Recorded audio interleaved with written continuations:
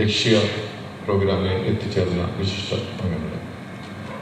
നമ്മുടെ ഇന്നത്തെ ഒരു അവസ്ഥയെപ്പറ്റി വയനാട്ടിലുള്ള രണ്ട് കൃഷിക്കാർ തമ്മിലുള്ള ഒരു സംഭാഷണമാണ് ഇപ്പോൾ നമ്മൾ കേട്ടത്. സാധാരണ വളരെ ചെറിയ രണ്ട് കൃഷിക്കാർ, വിദ്യാഭ്യാസമില്ലാത്തവർ, സ്കൂൾ വിദ്യാഭ്യാസമുള്ള അത്രയുള്ള ആൾക്കാരുടെ ഒരു സംഭാഷണമാണ്. അപ്പോൾ നമ്മുടെ നാട്ടിലെ സാധാരണ ഒരു പൗരൻ്റെ ചിന്തയാണ് ഇപ്പോൾ നമ്മൾ കേട്ടത്. ഒരു സോഷ്യൽ മീഡിയ പോസ്റ്റാണ്. സോഷ്യൽ മീഡിയ പോസ്റ്റ് ഒരു വിഷ്വലായിട്ടാണ് ഇപ്പോൾ കൂടുതലുള്ളതെങ്കിലും ഞാൻ ഓഡിയോ എടുക്കൊണ്ടെന്ന് കരുതിയാണ് ഓഡിയോ ഫോമിൽ ആ ഒരു സോഷ്യൽ മീഡിയ പോസ്റ്റ് ക്രിയേറ്റ് ചെയ്തത്. ഒരു നറേറ്റീവ് ബിൽഡ് ചെയ്യാണ്. എഡിറ്റിങ് ആവശ്യമുണ്ട്. സ്ക്രിപ്റ്റ് ഇല്ലാതെ ഒരു കാര്യമായിരുന്നു. അപ്പോൾ നല്ല സ്ക്രിപ്റ്റും നല്ല എഡിറ്റിങ് നടത്തി കഴിഞ്ഞാൽ നല്ലൊരു നറേറ്റീവ്. ഭരണം എന്താണ്, ഭരണം നിറയ്ക്കുക എന്നൊരു പ്രോസസ്സാണ്. പക്ഷേ ഇവിടെ കേരളത്തിൽ എന്താണ് നിറച്ചിരിക്കുന്നത്? ഒന്നും നിറച്ചിട്ടില്ല, എല്ലാം കാലിയാണ്. ഖജനാവ് കാലിയാണ്, റേഷൻ കടകൾ ഇടയ്ക്കിടയ്ക്ക് കാലിയാവുന്നു, നമ്മുടെ ആശുപത്രികൾ അവിടെ മരുന്നില്ലാതെ കാലിയാവുന്നു. അങ്ങനെ എല്ലാം കാലിയായ ഒരവസ്ഥ. അതേസമയം ഈ കാലിയാണ് എന്നുള്ളത് മനുഷ്യർ അറിയാതിരിക്കാൻ വേണ്ടി കള്ളക്കഥകൾ, അതായത് കള്ള നറേറ്റീവുകൾ ഇവിടെ ക്രിയേറ്റ് ചെയ്തിട്ടുണ്ട്. കഴിഞ്ഞ കോവിഡിന് ശേഷം ആ സമയത്ത് കേരളമാണ് ആരോഗ്യരംഗത്ത് നമ്പർ 1, കോവിഡിനെ ഏറ്റവും നന്നായിട്ട് പ്രതിരോധിച്ചത് കേരളമാണ് എന്നൊക്കെ പറഞ്ഞൊരു നറേറ്റീവ് ഒന്ന് ബിൽഡ് ചെയ്തു. അതിലത് നറേറ്റീവ് ബിൽഡ് ചെയ്യാൻ വളരെ വിദഗ്ധരായിരുന്ന ആൾക്കാർ അത് ചെയ്തു. അതിൻ്റെ ഫലം അവർക്ക് കിട്ടി. ഇപ്പോൾ വീണ്ടും അടുത്തൊരു നറേറ്റീവ് ഇപ്പോൾ കേരളത്തിൽ വികസിച്ചുകൊണ്ടിരിക്കുകയാണ്. കേരളമാണ് വ്യാവസായിക അന്തരീക്ഷത്തിൽ ഏറ്റവും നല്ലത്. അത് കേരളത്തിന് പുറത്തുള്ള ഒരു കമ്പനിയെ ഏൽപ്പിച്ച് 42 ലക്ഷം രൂപ നമ്മുടെ നികുതിദായകരുടെ നൽകി ഒരു വലിയൊരു റിപ്പോർട്ടൊക്കെ ഉണ്ടാക്കി, കള്ള റിപ്പോർട്ട് ഉണ്ടാക്കി. അത് ഒരു നറേറ്റീവായിട്ട് ഇപ്പോൾ വികസിപ്പിച്ചുകൊണ്ടിരിക്കുകയാണ്. കേരളം വ്യവസായത്തിൽ വളരെ മുന്നേറുന്നു, കുറേയധികം വ്യവസായങ്ങളിലൂടെ വരുന്നു, നമ്മുടെ വ്യവസായ അന്തരീക്ഷം വളരെ നല്ലതാണ്. പക്ഷേ യഥാർത്ഥം എന്താണ്? ഇവിടെ ലഹരിക്കടിമപ്പെട്ട കുട്ടികൾ തമ്മിൽ കൊലപാതകം വരെ വരുന്നൊരവസ്ഥ. നമ്മുടെ അയലോക്കത്ത് ഒരു കുട്ടി ഇപ്പോൾ ലഹരിക്ക് അടിമയാണെങ്കിൽ നമ്മൾ അവരെ പേടിക്കേണ്ട ഒരവസ്ഥ. കാരണം അവർ കഴിക്കുന്നത് പണ്ട് കാലത്ത് ഒരു കഞ്ചാവ് അങ്ങനെയൊക്കെ ആണെങ്കിലും അതിനൊരു സമാധാനം ഉണ്ടായിരുന്നു. പക്ഷേ ഇപ്പോൾ കെമിക്കൽ ആയിട്ടുള്ള നാർക്കോട്ടിക്സ് കഴിക്കുമ്പോൾ വയലൻ്റ് ആകാനുള്ള സാധ്യതയുണ്ട്. വയലൻ്റ് ആയില്ലെങ്കിൽ തന്നെ ഇത് വാങ്ങിക്കാനുള്ള പൈസക്ക് വേണ്ടിയിട്ട് സ്വന്തം വീട്ടിലില്ലെങ്കിൽ അടുത്ത വീട്ടിൽ കയറി അത് എടുക്കുക. അതിനെ ആരെങ്കിലും തടഞ്ഞു കഴിഞ്ഞാൽ എന്ത് വിധത്തിലും ഇട്ടുവോ കുത്തുവോ കൊല്ലോ ഒക്കെ ചെയ്യുന്നതിന് കൈ കിട്ടുന്ന സാധനം വെച്ച്, അത് ചുറ്റികയായിക്കോട്ടെ അല്ലെങ്കിൽ ബൈക്കിൻ്റെ സൈലൻസർ ആയിക്കോട്ടെ, എന്ത് വെച്ചിട്ടും കൊല്ലുന്ന ഒരവസ്ഥയിലേക്ക് നമ്മുടെ നാട് പോകുന്നു. അപ്പോൾ അയൽലോകത്തുള്ളവരെ ഒരു പേടിക്കേണ്ട ഒരവസ്ഥ നമ്മുടെ നാട്ടിലായിരിക്കുന്നു. അപ്പോൾ അങ്ങനെ ഭീകരമായ ഒരവസ്ഥ നിലനിൽക്കുമ്പോൾ വളരെ നല്ലതായിട്ട് നമ്മൾ പോയിക്കൊണ്ടിരിക്കുന്നു. നമ്മൾ എല്ലാത്തിലും നമ്പർ 1 ആണ് എന്നുള്ള നറേറ്റീവാണ്, വ്യവസായത്തിൽ ഏറ്റവും നമ്പർ 1 ആണെന്നുള്ള ഒരു നറേറ്റീവാണ് ഇപ്പോൾ ഡെവലപ്പ് ചെയ്തുകൊണ്ടിരിക്കുന്നത്. അപ്പോൾ അതിൽ യഥാർത്ഥം എന്തെന്ന് നമ്മൾ തുറന്നു കാട്ടുന്ന ഒരു ഉത്തരവാദിത്വം നമുക്കുണ്ട്, കൃഷിക്കുണ്ട്, സോഷ്യൽ മീഡിയയ്ക്കുണ്ട്. അപ്പോൾ സോഷ്യൽ മീഡിയ സൊല്യൂഷൻ്റെ സൈഡിൽ ആണ് നമ്മൾ നിൽക്കുന്നത്. പ്രോബ്ലത്തിന് സൈഡിൽ നിൽക്കുന്ന സോഷ്യൽ മീഡിയ ഉണ്ട്, തീർച്ചയായിട്ടും ഉണ്ട്. അപ്പോൾ അത് ലഹരിക്കൊരു കാരണമായിട്ട് പറയുന്നുണ്ട്. സോഷ്യൽ മീഡിയയിലുള്ള ചില ഇൻപുട്ടുകൾ അതിന് കാരണമാകുന്നു. പക്ഷെ അത് സൊല്യൂഷൻസ് ആയിട്ട് നിൽക്കാൻ പറ്റും. അപ്പോൾ ലഹരിയുടെ കാരണങ്ങൾ എന്താണ്? എനിക്ക് തന്ന വിഷയം ലഹരി ആയതുകൊണ്ടാണ് ഞാൻ അതിൽ മുതൽ നൽകുന്നത്. അപ്പോൾ ഈ ലഹരിയുടെ കാരണങ്ങളെ പറ്റി ഒക്കെ വളരെയധികം കാര്യങ്ങളുണ്ട്. പക്ഷെ ഒരു കാരണം മാത്രം ഞാൻ പറയാം. നമ്മുടെ സമൂഹത്തിൽ, നമ്മുടെ കേരളത്തിൽ കഴിഞ്ഞ കുറച്ച് വർഷങ്ങളായിട്ടുള്ള വിദ്യാഭ്യാസ നടത്തിപ്പിൻ്റെ ഒരു വൈകല്യം കൊണ്ട് അലസത കുട്ടികളിൽ കൂടിയിരിക്കുന്നു. അലസത എന്ന് എന്തുകൊണ്ട് കൂടിയെന്ന് ചോദിച്ചാൽ, പണ്ട് കാലത്ത് സ്കൂളിൽ പോകുമ്പോൾ പഠിക്കണമായിരുന്നു. പഠിച്ചാൽ മാത്രമേ നമുക്ക് ഗ്രേഡ് കിട്ടത്തുള്ളൂ. പഠിച്ചാൽ മാത്രമേ നമുക്ക് അടുത്ത ക്ലാസ്സിലേക്ക് പ്രൊമോഷൻ കിട്ടത്തുണ്ടായിരുന്നു. പക്ഷേ ഇന്ന് നമുക്ക് അത്രയധികം ഉത്സാഹിച്ച് പഠിക്കേണ്ട കാര്യമില്ല. പഠിച്ചില്ലെങ്കിലും നമുക്ക് പ്രൊമോഷൻ കിട്ടും, പഠിച്ചില്ലെങ്കിലും നമുക്ക് A+ കിട്ടും. A+ കിട്ടിയ എല്ലാത്തിനും A+ കിട്ടിയ ആൾക്ക് വലിയ വിവരം ഉണ്ടാവണമെന്നില്ല എന്നുള്ളത് നമ്മുടെ വിദ്യാഭ്യാസ ഡയറക്ടർ തന്നെ കഴിഞ്ഞ വർഷം പറഞ്ഞൊരു കാര്യമാണ്. അത് നമുക്ക് എല്ലാവർക്കും അറിയാം. അപ്പോൾ ഭൗതികമായ ഒരു ചലഞ്ചിങ് അറ്റ്മോസ്ഫിയർ നമ്മുടെ സ്കൂളുകളിലില്ല. ഈ കായികമായിട്ടുള്ള ഒരു ചലഞ്ചിങ് അറ്റ്മോസ്ഫിയർ അതിനെ എനർജി മുഴുവൻ ചെലവഴിക്കാനുള്ള ഒരു അവസ്ഥയിൽ നിന്നില്ല. അതുപോലെ കലാപരമായിട്ടുള്ള കാര്യങ്ങൾ. അപ്പോൾ സ്വാഭാവികമായിട്ടുള്ള നമ്മുടെ കഴിവുകൾ, നമ്മളുടെ പാഷൻസ്, അതിനെയൊക്കെ വികസിപ്പിച്ചെടുക്കാനുള്ള അല്ലെ എടുക്കണമെന്നുള്ള ഒരു മോട്ടിവേഷൻ, അതിനുള്ള ഒരു ഗൈഡൻസ് ഒന്നും ഇപ്പോൾ സ്കൂളിൽ നിന്ന് കിട്ടുന്നില്ല. അധ്യാപകർ അവർ വന്ന് അവരുടെ സിലബസ് എന്താണോ അത് പഠിപ്പിക്കുന്നു, അതിനുശേഷം പോകുന്നു. ആരുടെങ്കിലും എന്തെങ്കിലും കുട്ടികളെ നന്നാക്കാൻ പോയി കഴിഞ്ഞ് കഴിഞ്ഞാൽ അധ്യാപകനെതിരെ പരാതി പോകുന്നു. അതുകൊണ്ട് അധ്യാപകർ പഠിച്ച് ഇനി ആ പരിപാടി നന്നാക്കാമെന്ന് ഞാൻ പോകുന്നില്ല എന്നൊക്കെ അവസ്ഥയിലേക്ക് വന്നപ്പോഴത്തേക്ക് കുട്ടികൾ അലസരായി അവർ എന്താണ് ശരി എന്താണ് തെറ്റ് എന്ന് അറിയാത്തൊരവസ്ഥയിലേക്ക് പോയി. അതുപോലെ നമ്മുടെ സമൂഹം, കേരളം പ്രത്യേകമായിട്ട് എന്താണ് ശരി എന്താണ് തെറ്റ് എന്ന് ഒരു കൺഫ്യൂസ്ഡ് സ്റ്റേറ്റിലേക്ക് നമ്മുടെ സമൂഹത്തെ കൊണ്ടുപോയി. ഒരു ഉദാഹരണം ഞാൻ പറയാം. നമ്മളുടെ ഹമാസ് എന്ന് പറയുന്ന ഒരു ഭീകരവാദ സംഘടന അവർ ഒരു അയൽ രാജ്യത്ത് കയറി അതിക്രമിച്ചു കിടന്ന് അവിടുത്തെ കുട്ടികളെയും സ്ത്രീകളെയും ഒക്കെ തട്ടിക്കൊണ്ടുപോയി. ഒരു വിഷയമാണ്. ഒരു സ്ത്രീയെ നഗ്നയാക്കി കൊന്ന ശേഷം നഗ്നയാക്കി ഒരു ട്രക്കിന്റെ പുറകിൽ തെരുവിൽ കൂടി പരേഡ് നടത്തുന്നു. അപ്പോൾ അങ്ങനെ കാണിച്ച ക്രിമിനൽ കുറ്റം ചെയ്ത വയലൻസ് കാണിച്ച ആ ഒരു സംഘടനയെ പിന്തുണയ്ക്കുന്ന ഒരു ഗ്രൂപ്പ് കേരളത്തിലുണ്ട്. തെറ്റിനെ തെറ്റാണ് എന്ന് നമ്മൾ പറയാതിരിക്കുന്നു. ആ സംഘടന ചെയ്ത കാര്യങ്ങൾ തെറ്റാണ് എന്നുള്ളത് നമുക്ക് അത് അങ്ങനത്തെ വിശ്വസിച്ച് കാണുമ്പോൾ നമുക്കറിയാം. അത് നമ്മുടെ ഇവിടെ ആ കാര്യം ചെയ്തു കഴിഞ്ഞാൽ അറസ്റ്റ് ചെയ്യും, കേസെടുക്കും, ജയിലിലടിക്കും, ശിക്ഷിക്കും. തട്ടിക്കൊണ്ടുപോകൽ, കൊല്ലുക, അതുപോലെ ഡെഡ് ബോഡിയെ കണ്ടുകൊണ്ട് അനാദരവ് കാണിക്കുക, ഇതെല്ലാം കുറ്റകൃത്യങ്ങളാണ്. പക്ഷേ അത് വേറൊരു രാജ്യത്ത് വേറൊരു ഗ്രൂപ്പ് ചെയ്തപ്പോഴത്തേക്കും അത് കുറ്റമല്ല എന്നുള്ളൊരു നറേറ്റീവ് ഇവിടെ കൊണ്ടുവരാൻ വേണ്ടി ശ്രമിച്ചു.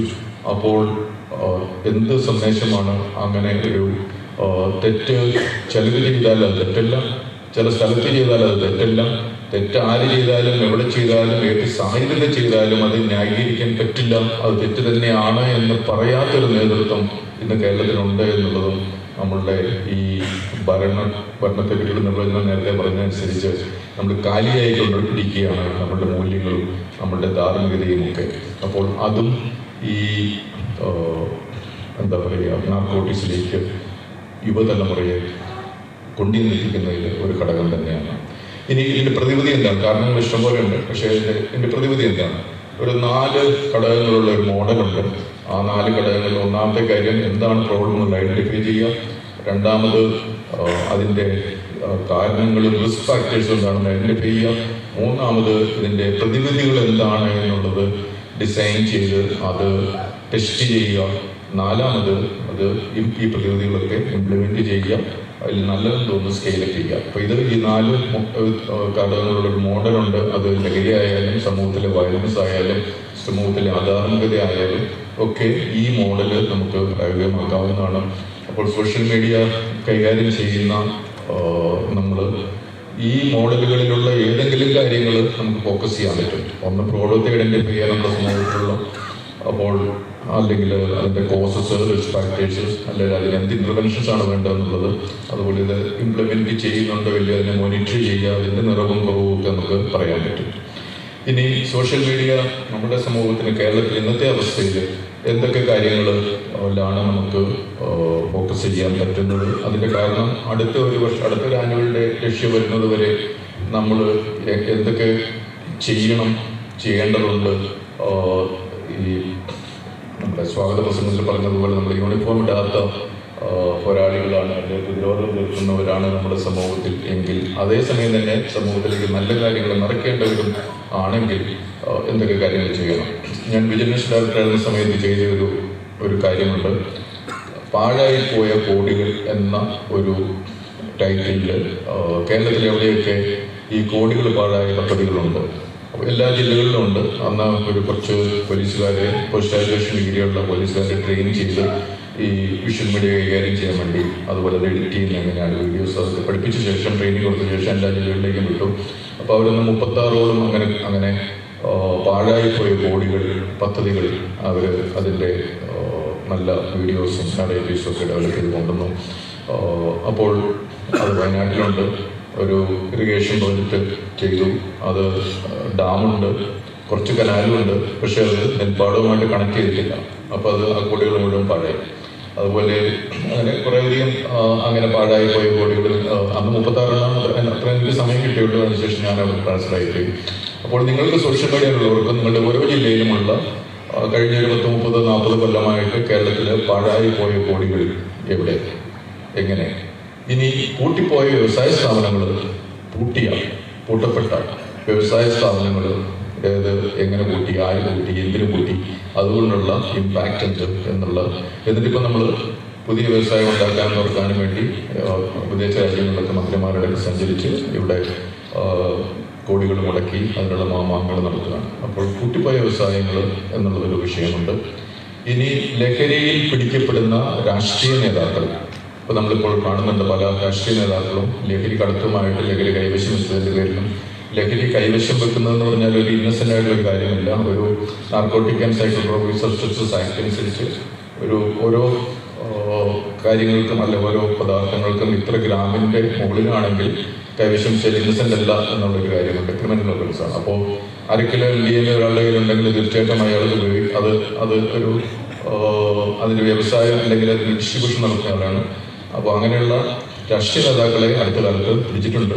അപ്പോൾ അത് നമ്മൾ സോഷ്യൽ മീഡിയ അത് തുറന്നു കാണിച്ചു കഴിഞ്ഞാൽ അറ്റ്ലീസ്റ്റ് രാഷ്ട്രീയ നേതാക്കളെങ്കിലും അതിലേക്ക് വരാതിരിക്കും. അത് പ്രിവെന്റ് ചെയ്യാൻ നമ്മുടെ സമൂഹത്തെ രക്ഷിക്കാനൊരു കാര്യമാകും.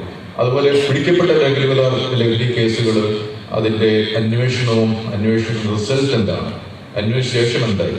നമ്മൾ കഴിഞ്ഞ കാലങ്ങളിൽ പല സിനിമാ നടന്മാരുൾപ്പെടെയുള്ളവർ ലഹരി കേസിൽ കൊച്ചിയിലെ ഫ്ലാറ്റിൽ നിന്ന് വിളിച്ചു, അല്ല അവിടെ നിന്ന് വിളിച്ചു, ഇവിടെ നിന്ന് വിളിച്ചു എന്നുള്ള വാർത്തകൾ കേൾക്കും. പോലീസ് അയാളെ അറസ്റ്റ് ചെയ്ത് അങ്ങനത്തെ കാര്യങ്ങൾ. പക്ഷെ അതിനുശേഷം അതിന് എന്ത് സംഭവിച്ചു? ആ പിടിക്കപ്പെട്ടവർ അവർ ജയിലിൽ പോയോ, അവരിപ്പോൾ ജയിലിൽ ശിക്ഷ അനുഭവിക്കുന്നുണ്ടോ, എത്ര വർഷം ശിക്ഷ അനുഭവിച്ചോ, അതോ അവരെ പരോളിലിറക്കിയോ, അതോ ശിക്ഷയൊന്നും കിട്ടിയില്ലേ, ഈ വക കാര്യങ്ങൾ നമ്മൾ തുറന്നു കാണിക്കേണ്ടതുണ്ട്. അപ്പോൾ അതും സോഷ്യൽ മീഡിയ ചെയ്യുന്ന ഒരു കാര്യമാണ്. ഇനി അത് ലഹരിയെ പറ്റി അങ്ങനെയുണ്ട്. അതുപോലെ നമ്മുടെ വ്യവസായശാലകൾ കൂട്ടിയത്, അതുപോലെ നമ്മൾ വിദ്യാഭ്യാസത്തിൽ എന്തുകൊണ്ട് അലസത ഉണ്ടാകുന്നു. ഞാനൊരു കുറേയധികം ലിസ്റ്റ് ഞാൻ ചെയ്തിരുന്നു. ചിലത് ഞാൻ വായിക്കാം.